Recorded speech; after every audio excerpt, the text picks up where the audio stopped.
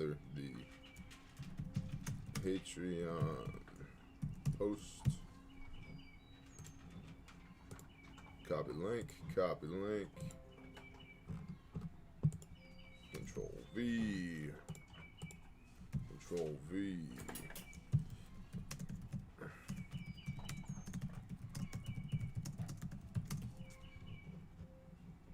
Publish. Fabulous. Good morning, everybody.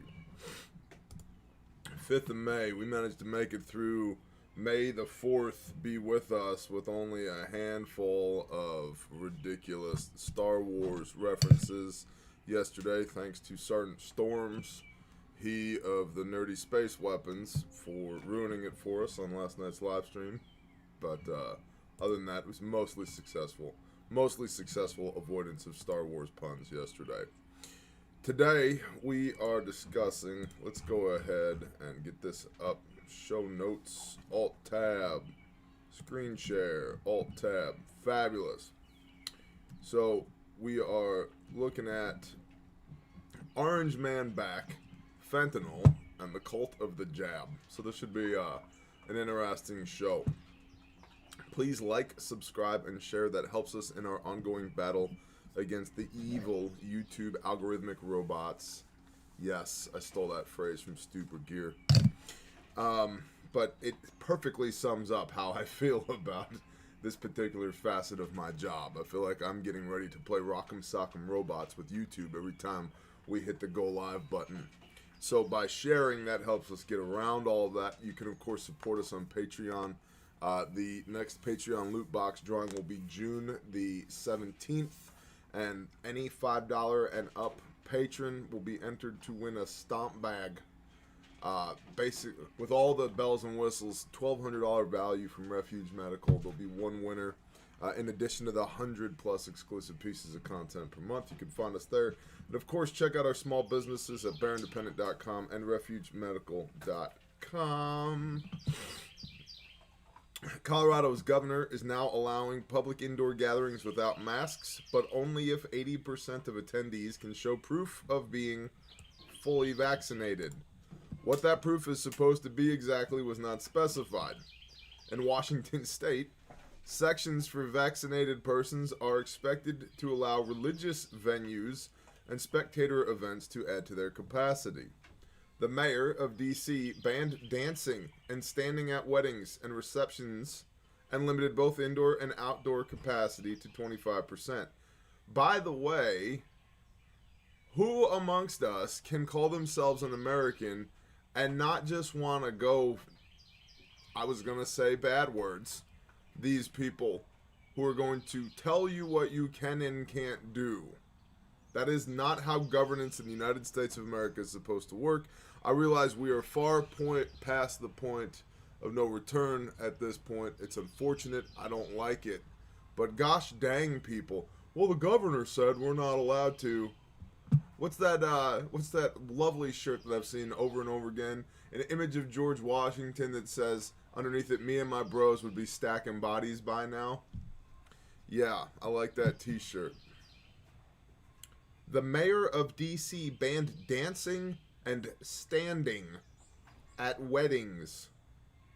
WTF, people.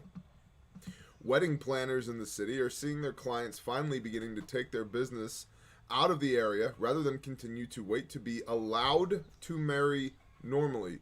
By the way, when you are married in the eyes of your creator, not in the eyes of your government. So, as far as I'm concerned, they should kiss my hairy white ass.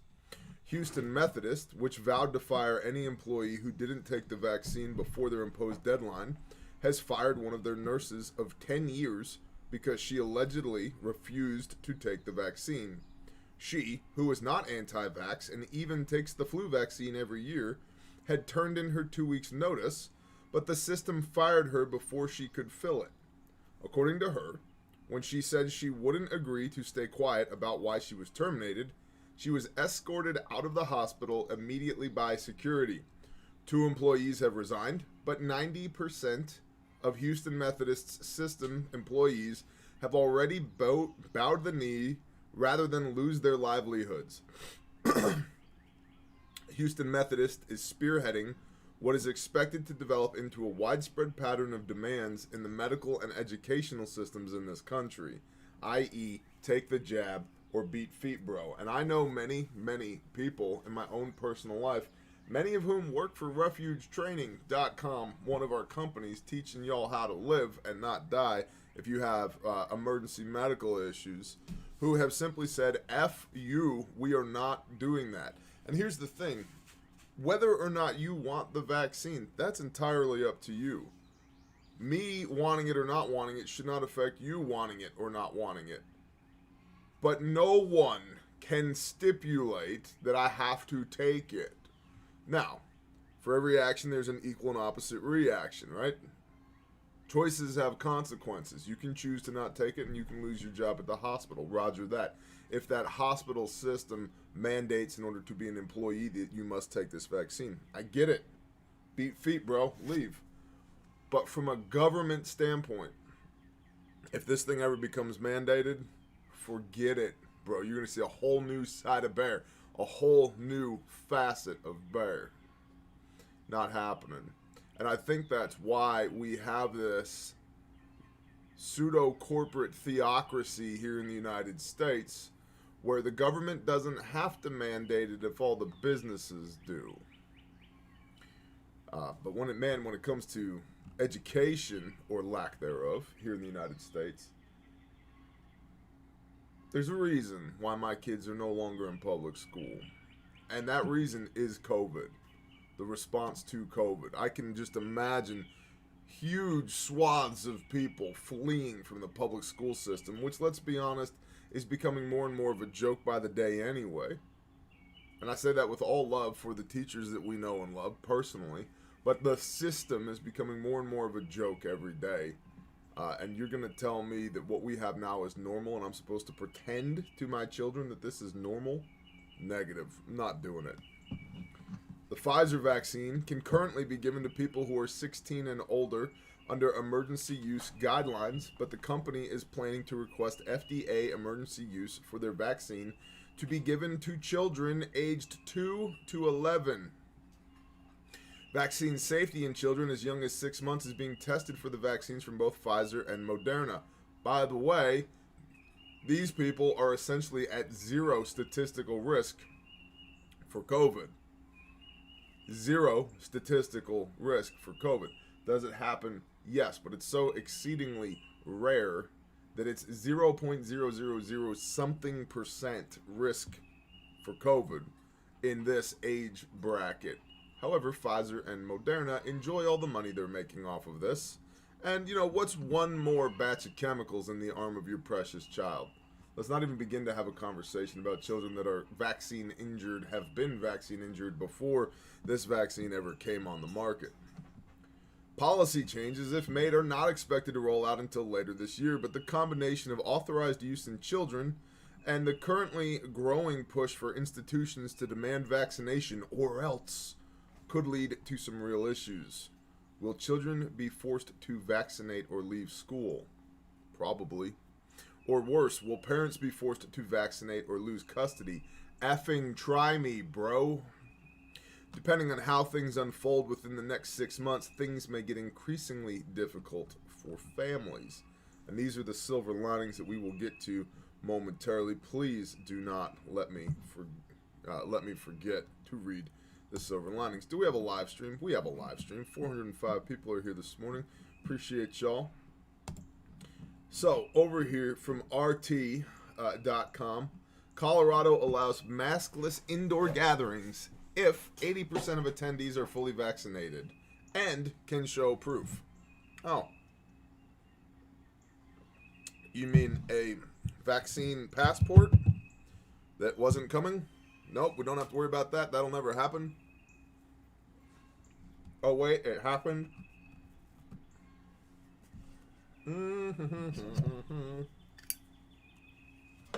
Excuse me while I light a Cigars International Legends by Drew Estates, reminiscent of the Tabaka Special.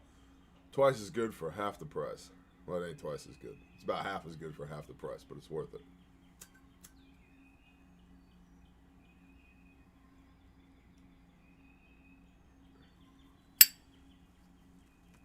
can't believe that man calls himself a Christian and smokes and drinks on camera. I don't call myself a Christian. I call myself a follower of Messiah. Thank you very much. Sit the F down and shut the F up. Wrong channel for you. Colorado's governor has extended his statewide mask mandate for another month, but generously allowed people to gather indoors without face coverings if at least 80% of them are fully vaccinated and can prove it. Governor Jared Polis, Democrat, extended the state's indoor mask mandate for 30 days on Sunday. While there is no outdoor mask requirement and face coverings are largely not mandatory in areas with less than 35 cases per 100,000 residents, the mandate will remain in effect for harder-hit counties and for all government medical and care facilities, as well as jails, indoor children's camps, and schools. Boy, I don't like the idea of children's camps. I know it's like a summer camp, like Vacation Bible School and stuff like that, but it just sounds wrong. However, fully vaccinated Coloradans have been offered some leeway, but only while gathering in groups of like-minded, socially responsible individuals, according to an executive order issued Sunday. Think about that phrase. Now, clearly, this is RT Russia Today. They are taking every opportunity they can to make us look like idiots because it's in their best interest that we look like idiots, and BT Dubs were doing a hell of a job making it easy for them. Listen to that sentence again, though. However, fully vaccinated Coloradans have been offered some leeway, but only while gathering in groups of like-minded, socially responsible individuals, according to an executive order issued Sunday. That one sentence might sum up the last 18 months. Just the ridiculousness of where we are. The government has offered you some leeway as to how you may or may not live your life, as long as you are putting yourself in the appropriate box of like-minded individuals who identify as socially responsible. Forget your individual responsibilities and liberties. Forget those. You now are socially responsible. And by the way, that will be enforced via an executive order. You have no representation. Nobody gives a one single flying F about your God-given constitutionally protected rights. This will be done with an executive order, by the way, on Sunday. Not on Tuesday, where you can come to the office and see what's going on. Maybe have a little bit of representation to go along with all that taxation that you have. No, we're going to do this on Sunday. Yeah. Back to the article. Quote, notwithstanding any provision of this executive order, individuals are permitted to remove their medical or non-medical face cloth coverings in public indoor spaces if 80% of the individuals in the public indoor space have shown proof of vaccination. Permitted? Excuse me, sir or madam. Go to hell. Permitted. Governments derive their just powers from the consent of the governed. I do not consent. Governments are nothing more than a gathering of, a murder of crows rather than, humans that come together under the auspices of public servitude to enact the will of the people on a grand scale. That, of course, is not what we have anymore, but that's what it's supposed to be. So the idea that you are going to permit me to do anything doesn't work that way. I'm out. I will not comply, sir or madam. Kiss my hairy white ass. The governor did not specify what type of document would serve as proof of vaccination, possibly wary of a strong pushback against any kind of standardized so-called vaccine passports. Oh, a strong pushback. Somebody might word a strongly worded Instagram post about the government. There might even be a Facebook group put together about what a tyrant this guy. Oh, this strong pushback. Oh my gosh. Ridiculous. From yaktreenews.com, vaccinated sections will allow for more spectators at events, religious services in Washington. Oh, we're going to allow religious services. I don't know if anybody's read the First Amendment of the United States. Bill of Rights, Constitutional Bill of Rights. Let's look at this. First Amendment. Let's just see what it says. Let's go over here. The First Amendment guarantees freedoms concerning religion, expression, assembly, and the right to petition. It forbids Congress from both promoting one religion over others and also restricting an individual's religious practices. It guarantees freedom of expression by prohibiting Congress from restricting the press or the rights of individuals to speak freely. It also guarantees the right of citizens to assemble peaceably and to petition their government. Amendment 1. Congress shall make no law respecting an establishment of religion or prohibiting the free exercise thereof, or abridging the freedom of speech or of the press or the right of the people peaceably to assemble and to petition the government for a redress of grievances. Now, I am fully aware, because I say this all the time, that we no longer have a constitutional republic because this right here, this amendment, is not honored. We are in without rule of law. The highest law of the land. See, we're at Cornell Law School. The highest law of the land is the United States Constitution. However, it is not treated as such. So, ergo, we have without rule of law. When the world ends, man, WROL. We have that now. We are without the rule of law of the United States Constitution. Because, here we are. Vaccinated sections will allow for more spectators at events, religious services in Washington. In Olympia, Washington, while a slew of Washington state counties are expected to move back to Phase 2, Governor Inslee announced new changes allowing spectator events and religious services to gather up to 50% capacity as long as many of the attendees are vaccinated. There we go with that.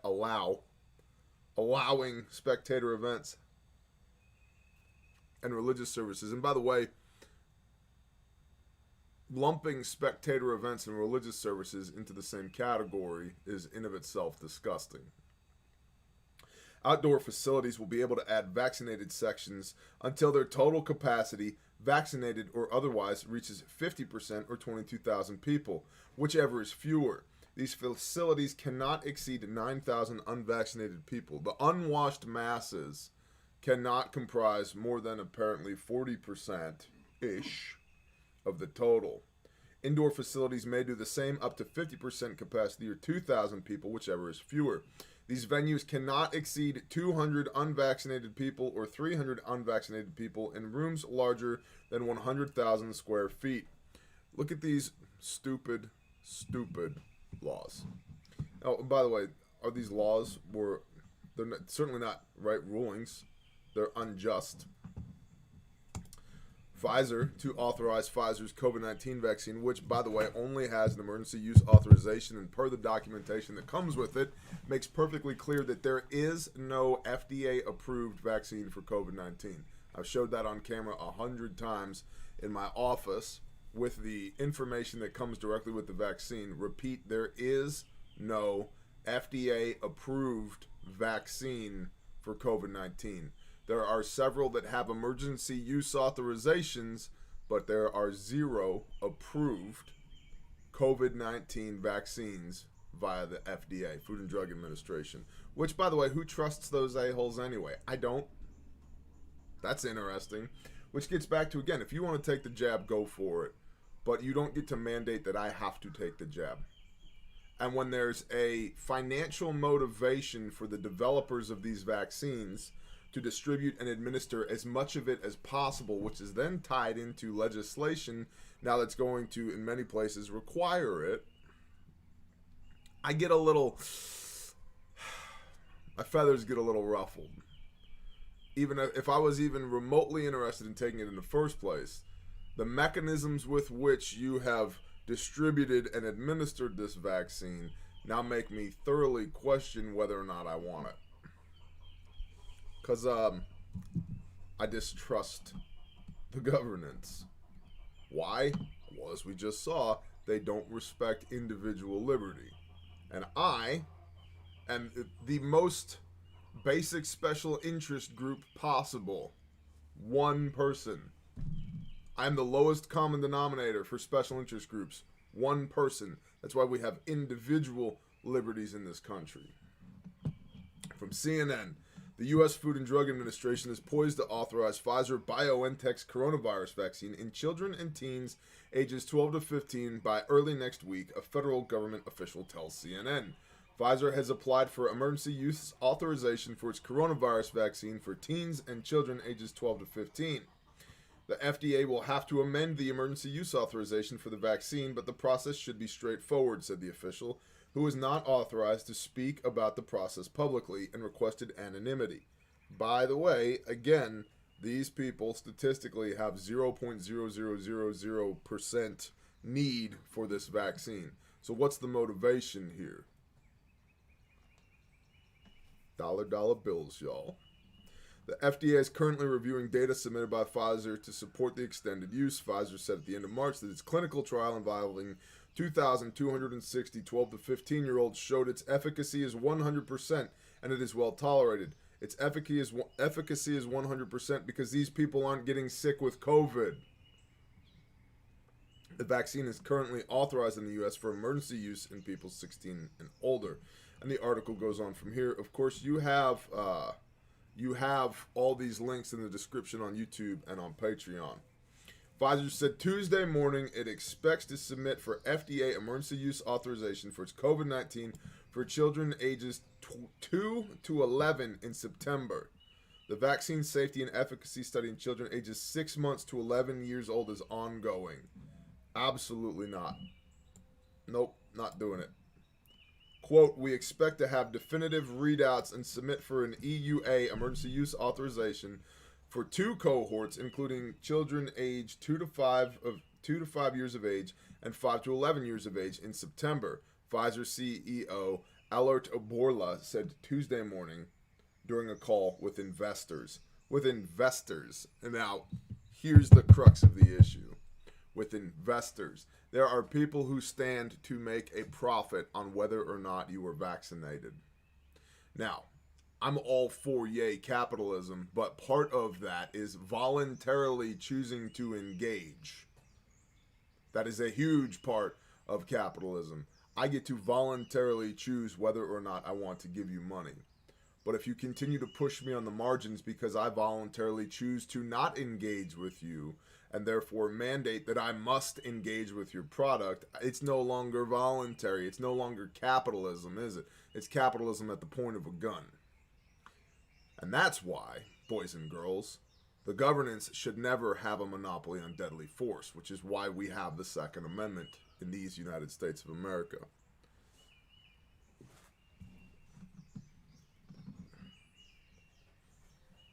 What a sad effing state of affairs today.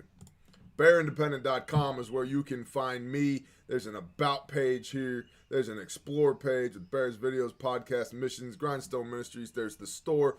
There's the forums. Bear, I'm trying to find like-minded individuals in East Overshoe, Indiana. Do you know any? The forums do. I mean, I've showed this before on camera. Let's do this. We go to forums. General discussion. How about groups and mags? 93,000 people. Groups and mags. 93,000 people. 93,000 people. Probably worth checking out. Shout out to JS Badger and all the other Blue Wrenches who keep that place running. Of course, over here at the store, you got the Boo Boo kit today. Basic first aid kit. It's a basic first aid kit. Because we realized y'all were telling us, you said, hey, Bear, I love all the badass individual first aid kits and stomp bags and mass casualty kits and all that, but what do I do if I need a Band-Aid? And then we realized, the adventure kit and the stomp bag were the only kits we made that had Band-Aids in them. We might want to make a kit that has Band-Aids in it. So, thus, the Boo Boo kit, which is right here, it's $50. You can use promo code BBKIT, BBKIT, for 15% off today. It comes in red, black, OD green, and coyote tan. Same handmade, made in America, guaranteed forever pouch coming out of the same subcontractors. It's got your burn gel, triple antibiotic, antiseptic wipes, sting relief, iodine wipes, vinyl gloves, surgical tape, flat duct tape, rolled gauze, 5x9s, 4x4s, 3x3s, 2x2s, steri strips, more steri strips, splinter out, fingertip band-aids, knuckle band-aids, regular band-aids, and a Sharpie. And the Sharpie is so that you can draw embarrassing photos and pictures on the side of your child's face as you're administering Moana band-aids to their skinned knee, so that they will remember, next time, my job is to suck it up, Buttercup, so that I don't have to get this ridiculous drawing on the side of my face with the Sharpie. And now, you're probably ensuring at some point that you're going to need Dr. Trevor, the Angry Viking therapist, for your child as they grow older and deal with some type of rage and anxiety because of falling off their bike and skinning their knee and getting Sharpied on the side of the face. But at least for you in the moment, you will be highly entertained. Okay? So, this is the Boo Boo Kit, basic first aid kit. You can get it at bearindependent.com. It comes in this color. This is the red. And it comes in this color. This is the black right here. And it comes in this color. This is the coyote. And I got a green. There's a green. And it comes in this color. Yeah. They rock. Check them out. They're in stock. They're shipping fast. Shout out to everybody at the store, at the Refuge Medical Store, in the building right now, packing the kits. We appreciate y'all. Moving right along. One America News Network. By the way, that's BBKIT. Bravo, Bravo, Kilo, India, Tango. There. If you say it like a tough guy, you get 15% off the Boo Boo Kit. And there's everything else is there too. And also, I think promo code MOUSE exists in perpetuity nowadays. So shout out to Medic Mouse for breaking our web store. We appreciate you, bro. We still have a live stream? Hey, we got a live stream. That's cool. 681 people are here. What's going on, everybody? I can't read those comments. They go by too fast. I can barely see your name. Prepping 101 and Andy Barnes, good morning. I have no idea what you said. Mark Chase, I saw your name. Bless y'all. From One America News Network, Orange Man back, bro. From the desk of Donald J. Trump goes live on the interwebs. And here we have a smiling and happy former president, United States President Donald J. Trump. 45.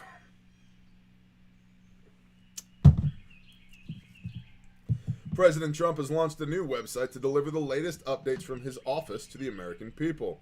The new communications platform launched Tuesday, and its design is reminiscent of the president's Twitter account, which was banned by big tech in early 2021. The website is called From the Desk of Donald J. Trump. The president has posted statements and opinions on the state of the U.S. affairs to advance his Save America program. Now, this is a great picture, and I'm really not trying to be judgmental or racist, but this guy's holding two signs. One says Make America Great Again. He's got to Make America Great Again. That's MAGA, right? And he's holding a sign that says Black Voices for Trump. But I'm pretty sure this guy's appropriating black culture because he looks awful damn white to me. Phelps, is that just my color blindness, or is that guy white as snow? For once, it's not your color. Okay, all right. So, yeah, he's legitimately not black. Okay, just checking. He is clearly Appalachian American. He's Appalachian American. Got it. President Trump said the website will develop as a beacon of free speech, although it doesn't appear to work as a social media platform as of now. So, Orange Man back, bro.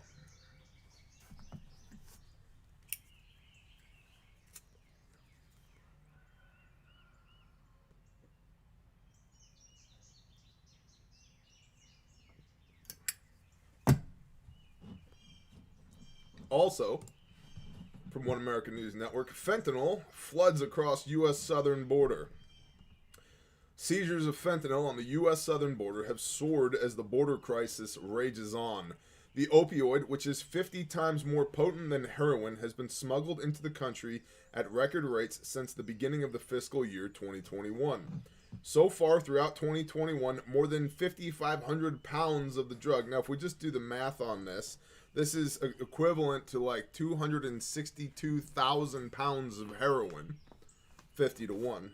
Yeah, I did that math in my head. 262,500 pounds. You're welcome. Hashtag brain, bro. Of the drug have been caught by U.S. Customs and Border Patrol personnel, which is up from around 4,700 pounds in all of 2020. So last year, the whole year, 4,700 pounds. Thus far this year, 5,500 pounds. So quite an increase. A lack of border security and increased demand for the drug have been pointed to as reasons for the surge. Quote, from a business side, a better return on investment, end quote, said DEA Special Agent Bill Sobek. Sobek? Kozopek? We're going to go with Kozopek. Yeah, Czopek. How about Bill Kozopek? Sounds good. Meaning they're just making more money selling these products. However, North Carolina Sheriff Sam Page has argued the crisis isn't just relegated to the border.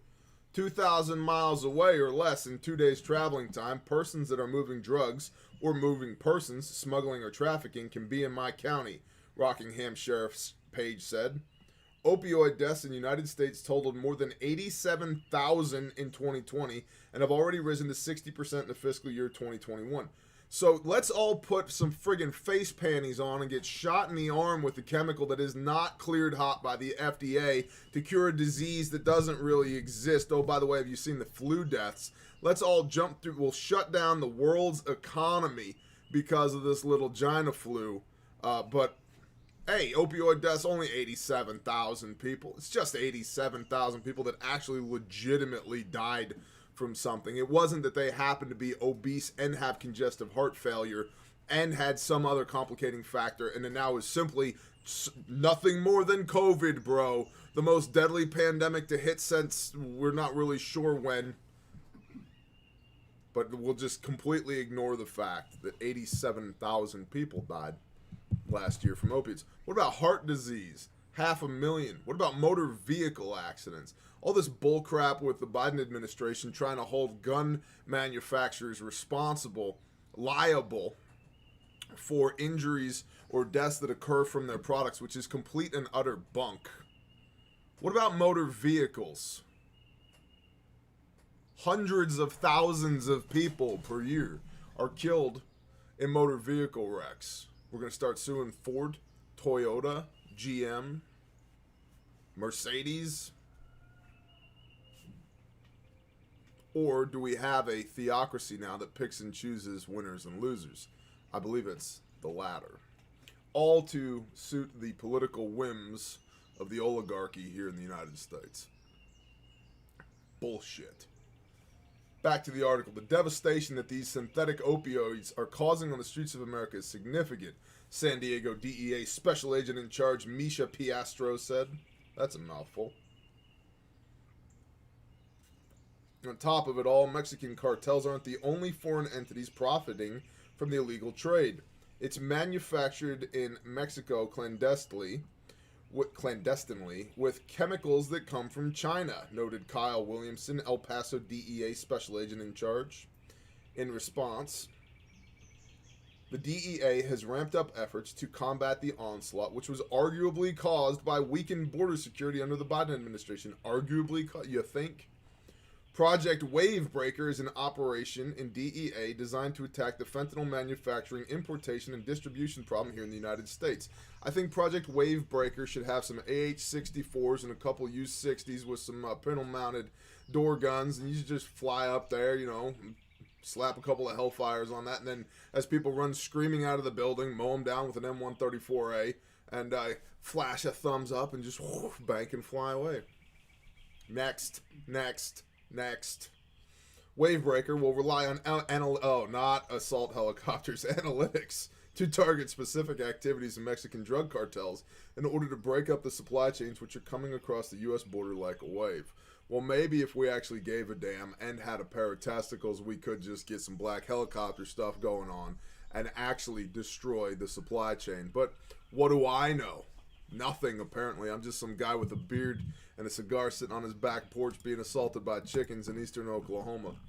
And lastly, article for today. The Great Reset is about to become the law in Europe, and America could be next. This is from The Blaze, written by Glenn Beck and Justin Haskins. Now, this is a long article, and you have got the links to this in the description on YouTube and on Patreon. I'm going to read what I can of this, but this is a long article. Let's see if I can get through it. Maybe just take a breath. Here we've got the Crypt Keeper himself, John Kerry. All of these people look older than dirt and like they just did some shady shit. All of them. Always. Yeah, just saying. We got a live stream? We got a live stream. That's good. 693 folks. What's up, Rocklick? Good to see you, man. Tactically Torb. What's going on, Tabar? 7. Chris Haynes. Andrew Vare. Tim Scott. Lumph. What's up, Lumph? Excuse me, Cooper Orman. What's going on? Excuse me, Cooper. Citing concerns over climate change and the golden opportunity for societal change created by the COVID-19 pandemic, the World Economic Forum launched in June 2020 a radical Great Reset initiative in partnership with various leaders from the public and private sectors. CEOs of major corporations as well as banks, central banks, financial institutions, labor unions, international organizations, and government leaders, including John Kerry, the Biden administration's climate czar, quickly signed on to the plan, which pledges to push the reset button on the global economy. Yep, surely does.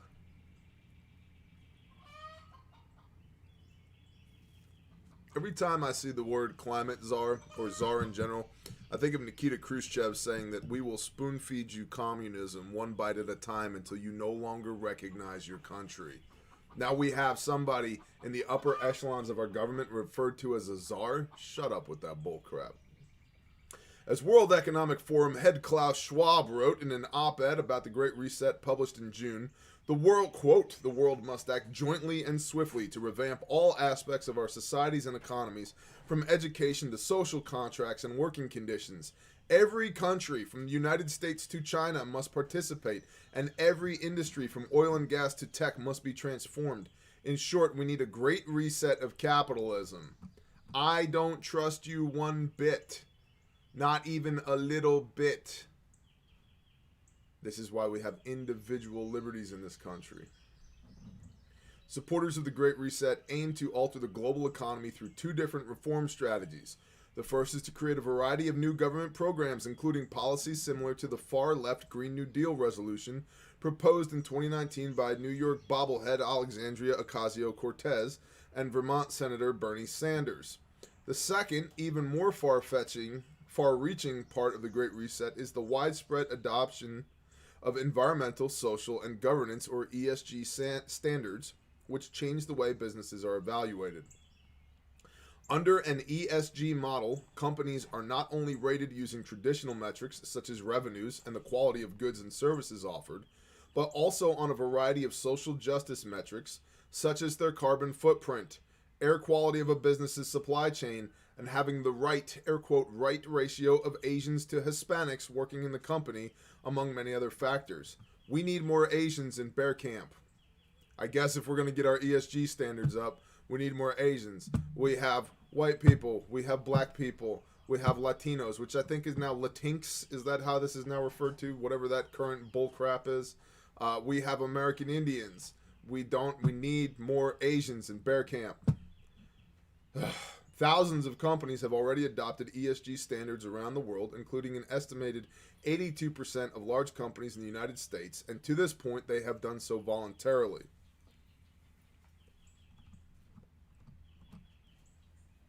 There are a number of reasons why the Great Reset has caught on among the heads of the largest corporations in the United States and many of the planet's wealthiest financial institutions, not least of which is that there are a great deal of money invested with the ESG movement. Highly influential Principles for Responsible Investment Group claims investors controlling more than $100 trillion in wealth have already agreed to funnel immense amounts of cash into businesses that support ESG systems. But supporters of the cause have also routinely suggested that voluntary ESG standards could soon become government mandates, and thus smart businesses are better off getting on government's good side now before the regulatory hammer drops. It appears that those warnings could soon become a reality in Europe. On March 10, the European Parliament voted in favor of a resolution that demands all large companies in the European Union, as well as some smaller businesses, put ESG standards in place or else face harsh penalties from their respective national governments. Again, overstepping of governmental authority and responsibility.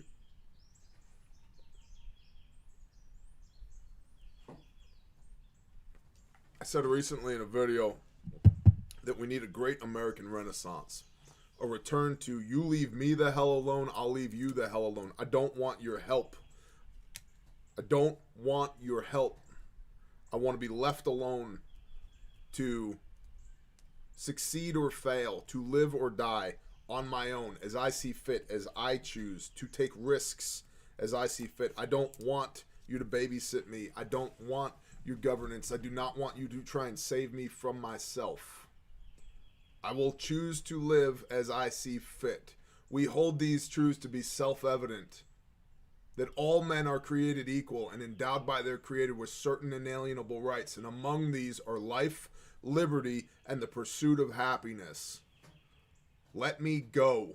Let me succeed or fail by my own blood, sweat, and tears. Let me define what happiness looks like. Let me define what liberty looks like. Leave me alone. Get out of my business. Stop telling me what I can and can't do. I want nothing from you, government. Not a thing. Not one thing do I want from you. Leave me alone. I will quietly, reluctantly pay my taxes, as long as it's just, as long as it's an agreeable amount, and leave me the hell alone. I will grow my own food. I will raise my own children. I will operate my own businesses. I will provide my own security. Leave me the mother alone. Allow me to succeed or fail on my own. Do not pat me on my ass and tell me I'm special. I don't need it. Nobody needs it, because we're creating an entire culture of weak men and women, and it will be our downfall. We need an American Renaissance of real American ideals.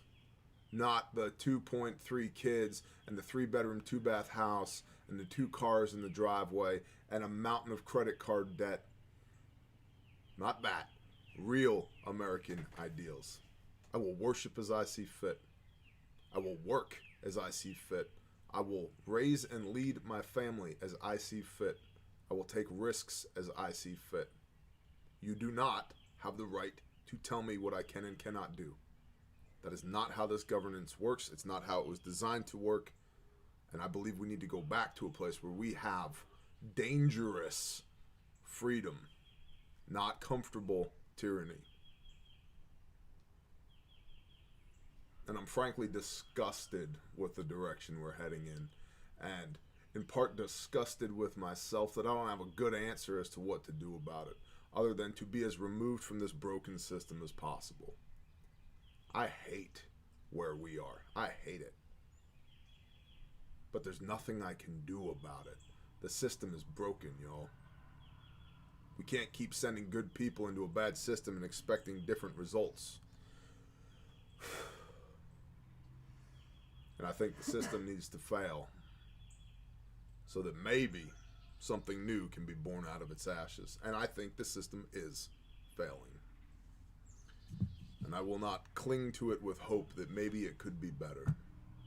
I will lament its passing while looking to the future, thinking about what can we do next that is honorific of our founding fathers and our Father in heaven, and ensures the individual rights and responsibilities of the citizens of whatever this thing is in America 2.0, the next great American empire. Back to the article. Although the resolution passed by the European Parliament is not yet binding on EU member states, it is a strong sign that it is likely to occur. In order for the resolution to become binding, the European Commission must first formally propose the resolution as legislation, and then the Parliament and member states must vote in favor of the legislation. This is a move that seems highly likely to occur due to the overwhelming support for the resolution in the EU Parliament. The Commission is expected to provide official legislation as early as June 2021.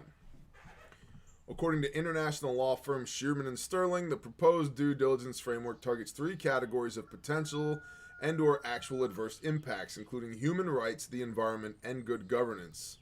These categories are deliberately broad and would in many cases require businesses to make sweeping reforms to align with left-wing goals, imposing them on societies in which they operate.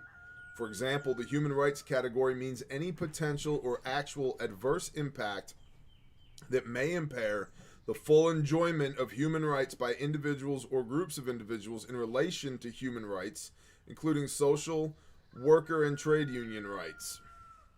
What about my human rights, bro? Oh, right. I'm the enemy. I'm a middle-aged white American male. I'm the bad guy. I forgot. I don't get to have human rights. I do get to pay the taxes that protect everybody else's human rights, but I don't get to have any.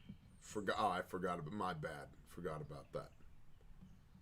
Protecting the environment would involve, according to Shearman and Sterling, the right to a safe, clean, healthy, sustainable, and biodiverse environment, as defined by internationally recognized and EU environmental standards. Agenda 2030, anyone?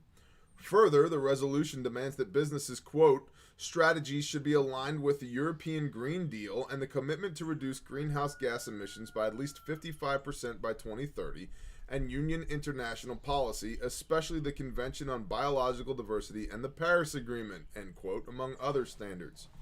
Perhaps most importantly for Americans and U.S. businesses, the Parliament's resolution calls for ESG requirements to cover all of a business's activities, including its value chain.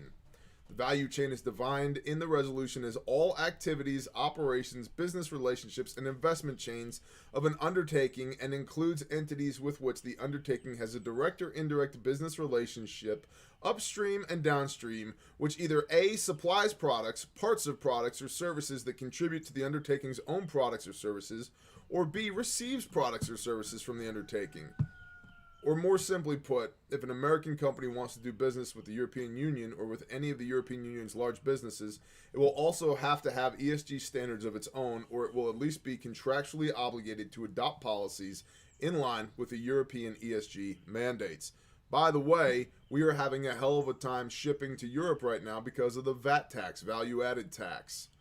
One single bear fact, which is in our store for $229, has to this point accrued $280 in taxes and shipping for one customer, that we are in the process of trying to square that away, because we've paid it, but the shipper says we haven't, or the shipper shows that we've paid it, but the country says that they haven't received the funds. So $280 in taxes and shipping on a $229 product. Yay, Europe, you're doing great. Keep it up. You're doing great. The Shearman and Sterling law firm confirms this interpretation of the resolution in its report, in which it wrote, a company therefore will have to make all efforts within its means to ensure that its business partners, both direct and indirect, upstream and downstream, have in place human rights, environmental, and good governance policies that are in line with the company's obligation of due diligence. The Great Reset is about to become the law of the land throughout most of Europe, and it is highly likely that if the European Commission passes legislation comparable to the resolution already approved by Parliament, it will in effect become the law for many of the largest corporations in the United States. A spectacularly disastrous development that will impose left-wing ideological changes to society on all Americans, whether they want them or not. There's one key point that Mr. Beck and Mr. Haskins missed. Those will only be enforced upon you if you continue to play within the boundaries of the system. And I 100% advocate that you need to GTFO the system. You need to bounce, bro. If you cannot see the writing on the wall at this point, you need to remove yourself from the brokenness that is current and that is coming as much as possible. I will not stand in a bread line to feed my family. I will not get on a bus to a re-education camp. I will not hold my hand out for something from the government to make up for the personal responsibility and due diligence that I did not do for my family right now. I will not do it. Maybe I'm a zealot. Maybe I'm crazy. I don't care. If being crazy means I'm not aligned with this, the Great Reset, and the government telling me what I can and can't do, I'm happy to be crazy. I outright reject all of that. It's not their job. We've allowed it to become their job because we've gotten lazy as a people. We'd rather take something than create something. I won't do it. And I don't think you should either. You cannot revolt against a system you're dependent upon. I've remodeled several houses. Some could say many. You know how difficult that it is to remodel a house you live in? What if you have to take it all the way down to the foundation for foundation repairs? How do you fix a blown engine on a car that you're driving down a highway at 100 miles an hour? How do you do that? You have to be outside of it in order to be able to effectively rebuild it. And if you're inside of it, the system, dependent upon it, doesn't matter what you say. It matters what you're capable of doing. And foundational thesis, part of the ethos of this channel, is you cannot stand against something you are dependent upon. So yes, the Great Reset becomes law in Europe. It de facto becomes law in the United States of America. That'd be terrible. And you will be forced to adhere to it unless you're not playing in their sandbox, bro. Get out. Make your own sandbox. Speaking of making your own sandbox, refugetraining.com. It's one of my sandboxes. Partnered with an awesome brother in this, and we employ awesome brothers and sisters in this. If you go to refugetraining.com, you'll see Tallahassee, Florida. Level 1 Stop the Bleed. June 6th, morning class and afternoon class. I will be there. My wife will be there. Angery American, the world famous prepper author, will be there. His wife will be there.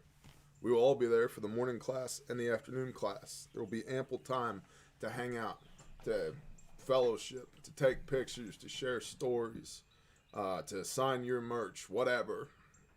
We'll be there. We'll be chilling all day. So if you want to meet Bear and you want to meet Angery American and you want to hang out in Tallahassee, Florida and learn how to not die, see, there's three things that go with this, right? There's mindset, there's methodology, and there's medicine. The mindset is that you are the immediate responder if there's an emergency. Police, firefighters, EMS, they don't show up in the best neighborhoods in the world. They get there 7 minutes after you call. National average is 37 minutes. You can die from an arterial bleed in 90 seconds. And people do, all the time. Happens all the time. Number one preventable cause of death in the United States. Uncontrolled bleeding. With 88 to 90% of preventable deaths being attributed to uncontrolled bleeding. So it's not just, well, I wear a plate carrier every day because I'm in public safety or the military. I need to understand bleeding control. No, it happens all the time to civilians. Hundreds of thousands of times per year. So we teach you the mindset of the immediate responder. You are the one who is there. You can do something to save this person's life or your own life. The methodology of how to do that, the March algorithm, stop the bleed, and how to use tourniquets, actually use them. There's tons of hands-on training. How to wound pack in junctional areas, like Scott from Kentucky Ballistics, who got shrapnel in his neck and had to hold a thumb in the hole. Yeah, there's a better way to deal with that. That's called wound packing and pressure dressings. We teach that and teach that and teach that. Airways, respiratory, open pneumothorax, closed pneumothorax, tension pneumothorax, all that, circulation, head injuries, impaled objects, hypothermia, shock, and then the last of that is medicine. So mindset, methodology, and medicine. What is shock? What does it look like? How do we deal with that? What are the signs? What is bleeding loss? What is too much bleeding loss? How to triage a patient, prioritization of care if we're dealing with multiple casualties. And you get all of that in that 4-hour class. It's not a bullshit, throw a tourniquet at you, say, have a nice life, we'll be back in a few hours to give you a shiny piece of paper class. You learn the mindset, you learn the methodology, and you learn the medicine so that you can save lives. And as a testimony to this, we are now as an organization up to 17 lives saved. The most recent of which, a lady took our class in Indianapolis on the 25th of this past month. So 10 days ago, took the class in Indianapolis, and a couple days later was on site at an MVA motor vehicle accident where she was able to apply a tourniquet to a casualty and keep that person alive. Saved a life with the tourniquet she had from us and the training she had from us. 17 saves in 14 months. More of those are civilian than military and law enforcement. Although we're honored to have our kits on 4 continents with 4 branches. Civilian saves. We've got more of those than anything else. And so the idea that you don't need this is just you misunderstanding the problem. You absolutely need this as a civilian immediate responder. And so if you're going to be in Tallahassee, please come see us. Myself, my wife, Angery American, and his wife will all be there. You can find us at refugetraining.com. There are also classes in Paola, Kansas, and Moore, Oklahoma that still have some openings. So please check those out as well. For a little shout out to our friends at adventurefrontier.com. If you need some prepper gear or armor, please check out adventurefrontier.com. I've been friends with them a long time. We love those guys. They've got a heart of gold. And just swing by, check out their products. Support small businesses. They've got body armor, our IFACs, patches, knives, sleeping bags. They got all the prepper gear. Go check them out. And if you want to kick Satan in the testicles with us, you can check out grindstoneministries.com, which is our charitable organization for the rescue and rehabilitation of juvenile human trafficking survivors. And currently in the process of acquiring land for Caleb House, which is our restoration facility. If you want to stay up to date on that, you can click the news sign up here. We don't spam you with emails. Just whenever we have something to say, we send it out here via the news sign up. If you'd like to donate to that, you can click the donate now button to help us get through phases 2 and 3. We are funded for phase 1, which is the purchase of land. We are in the process of purchasing that land now. By the end of phase 3, we will be staffed with the buildings built and be ready to accept kiddos to break generational curses and provide a biblical covering to orphans. So if you'd like to support us in that, you can click the donate now button. And if you'd like to send a paper check or anything else, you can use the contact us form here at the bottom of this little site at grindstoneministries.com, and that'll get you in touch with the Grindstone admins, and they will talk you through whatever it is that you'd like to do. So that is the show for today. I am... What? Oh, Silver Linings. Thank you so much. Appreciate that, Mr. Phelps. Silver Linings. Quote, our household has recently grown from 4 to now 8 due to economics. We made a lot of mistakes with our garden last year, so didn't get anywhere near the yield we had expected. We expect a larger yield this year thanks to learning from our mistakes. I've also managed to get everyone on board with prepping various items, so we are getting a good selection of preps on hand and plan to renovate our pantry so it will hold more food and we can keep an inventory of what we have and what we will need to obtain more of. Thank you for everything you do. You keep me inspired to do the things, and I try to spread the word and get people more interested in better preparing for their future in case of an SHTF scenario. And another person said, my wife is still not 100% on board, but since the Texas freeze, she saw the potential of what I've been prepping. She is at work while I bucket beans and rice in Mylar. I'm also including small seasoning bottles, vacuum sealed with each bucket. Thank you for the video on how to pack the beans and color code buckets according to packing contents. What you do makes a positive difference in people's lives. Praise Yah. And bless y'all. Thank you guys so much. I am going to be off the radar for a few days. I've got, I go under the knife tomorrow morning about this time. So, if you're feeling up to it, keep me in your prayers. I'd appreciate that. And we'll see what happens. I pray that the Father blesses y'all today. And we'll talk soon. Shalom, Bear Nation.